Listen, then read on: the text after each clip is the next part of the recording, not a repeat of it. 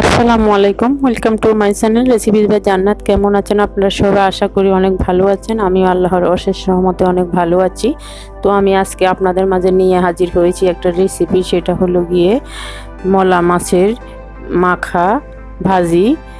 তো এটা আপনাদের অঞ্চলে কি বলে সেটা আমি জানি না। আমাদের অঞ্চলে এটা বলে মলা মাছ, ছোট সামুদ্রিক মাছ। এগুলার মধ্যে কোনো রকম ঝামেলা নেই, শুধু একটু জাস্ট একটু বেছে বেছে এগুলাকে, ময়লা আছে বা ইটের কোনা, শামুক, যেহেতু এগুলা সামুদ্রিক মাছ অনেক কিছু থাকতে পারে, এগুলাকে একদম হাত দিয়ে ভালো করে দেখে দেখে এগুলাকে শুধু এগুলা এইভাবে পরিষ্কার করতে হবে, আর কিছুই না।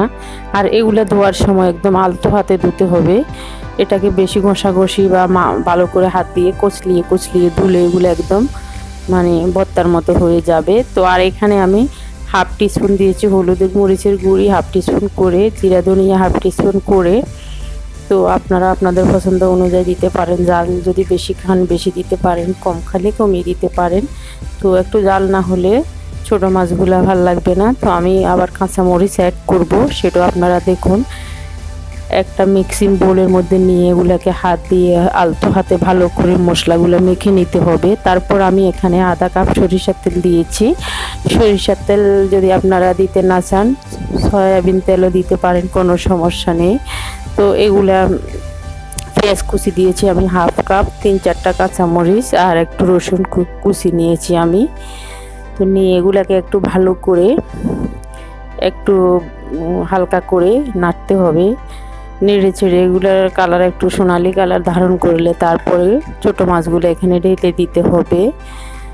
তো ভিউয়ার্স, আর একটা কথা লক্ষ্য রাখবেন, এখানে পানি অ্যাড করা যাবে না। পানি দিলেও একদম সামান্য পরিমাণে দিতে হবে, সেটা আমি বলে দিব আপনাদেরকে।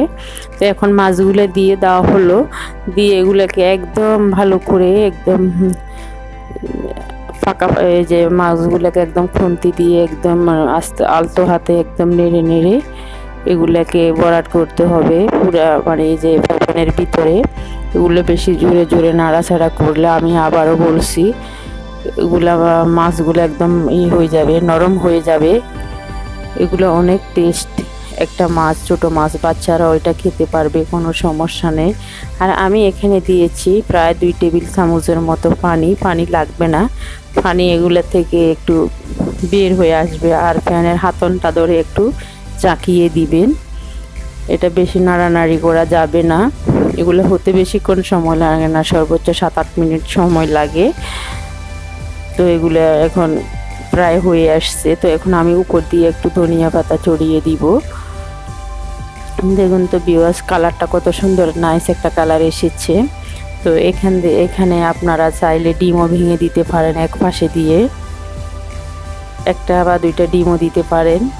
তো এটা বিভিন্নভাবে রান্না করা যায়, যেহেতু এগুলো বেশি ছোট সেজন্য আমি এগুলোর সাথে আর কিছুই দিলাম না। এগুলো একদম ধনিয়া পাতা আর পেঁয়াজ দিয়ে অনেক মজা হয় রান্না করে, আপনারা এভাবে খাবেন, ছোট বাচ্চারাও খেতে পারবে, এগুলোর মধ্যে কোনো কাঁটা নেই। তো দেখুন আমার মাছগুলো হয়ে গিয়েছে। তো আপনারা এভাবে হাতল ধরে ধরে নাড়বেন, ঘুরিয়ে ঘুরিয়ে, তারপর একটু তেল উপরে বেশি উঠলে তো এটা হয়ে গিয়েছে। দেখুন আমার এটা হয়ে গিয়েছে। তো ভিউয়ার্স, সবাই আমার চ্যানেলটাকে সাবস্ক্রাইব করবেন, যারা সাবস্ক্রাইব করেছেন তাদেরকে জানাই অসংখ্য অসংখ্য ধন্যবাদ। তারা যারা করেন না, দেখতেছেন, তারা করে দিবেন। তো লাইক, কমেন্ট, শেয়ার এবং সাবস্ক্রাইব করতে ভুলবেন না। নেক্সট ভিডিও দেখার আমন্ত্রণ রইল। সবাই ভালো থাকুন, সুস্থ থাকুন, আল্লাহ হাফেজ।